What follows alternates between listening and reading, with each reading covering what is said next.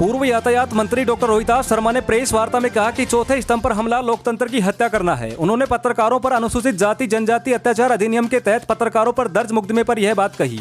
उन्होंने कहा कि मैंने वृत्त अधिकारी से बात की तो उन्होंने बताया कि मुकदमा तो दर्ज हुआ है, हम इसकी जाँच करेंगे।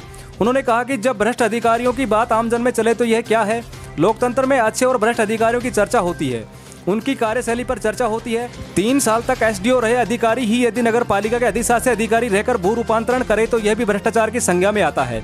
अनुसूचित जाति की जमीन जर्नल के नाम हो जाए तो यह क्या है। कोविड काल के जनता के पैसों का हिसाब नहीं देना।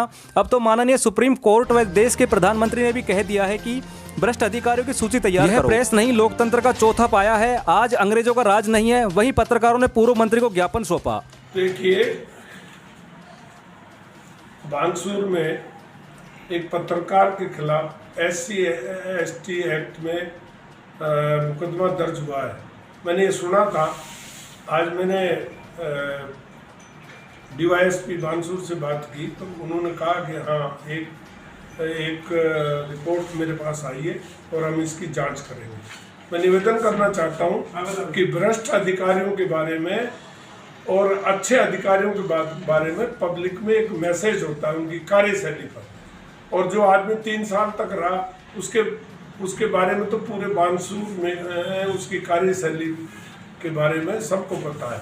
ये दूसरे अधिकारी भी आए, सबकी कार्यशैली पब्लिक की नज़रों में होती है और पब्लिक में बातें चलती रहती हैं। तो कार्यशैली के हिसाब से SDO बानसूर जो 3 साल रहा उसका भ्रष्ट आचरण रहा और उसने बहुत ज़्यादा यहाँ पर इलीगल काम हुए, इसमें कोई दो राय नहीं। SC/ST की ज़मीन को जनरल कास्ट के नाम दर्ज कर देना, एज एडमिनिस्ट्रेटर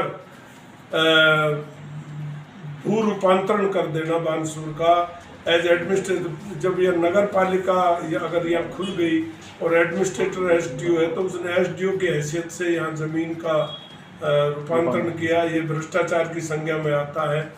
बहुत सारे यहाँ काम किए।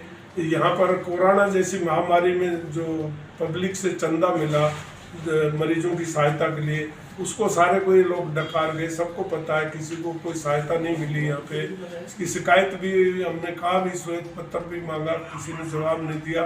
विधायक को भी हमने कहा कि ये भी इसमें शामिल है। तो ये सारी बात यहाँ हुई है।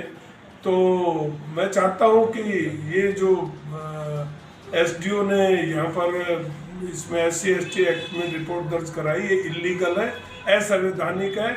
आज देश आज़ाद है, इसमें सबको बोलने का अधिकार है, सबकी समीक्षा करने का अधिकार है। और अब तो पूरा देश और सुप्रीम कोर्ट भी चाह रहा है कि भ्रष्ट अधिकारियों की लिस्टें बनाई गई है, कानून सम्मत नहीं है। ये देश आज़ाद है, इसमें इस देश में प्रत्येक नागरिक को अधिकारी के आचरण की समीक्षा करने का अधिकार है, उसके विषय में बोलने का अधिकार है।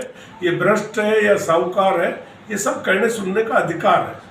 क्या सर हम ये नहीं माने कि प्रेस के ऊपर जो ताला लगाने का जो प्रयास किया जा रहा है ये संवैधानिक है या असंवैधानिक है? ये टोटल असंवैधानिक है। प्रेस फ्री है, चौथा स्तंभ है न्याय इसका डेमोक्रेसी का। नहीं तो डेमोक्रेसी खत्म हो जाएगी अगर पत्रकारिता पर पाबंदी लगा दी जाएगी। इस तरह मुकदमे दर्ज हुए नहीं सर, जैसे कि पत्रकारों के ऊपर मुकदमे जो दर्ज किए जाते हैं, डराने धमकाने का जो प्रयास किया जा रहा है, तो क्या इससे कोई अच्छा मैसेज जाएगा या मतलब कि देश गुलामी की ओर जाएगा? टोटल गलत जाएगा। कोई साहस ही नहीं कर सकता पत्रकारों के खिलाफ मुकदमे दर्ज करने का। गलत है।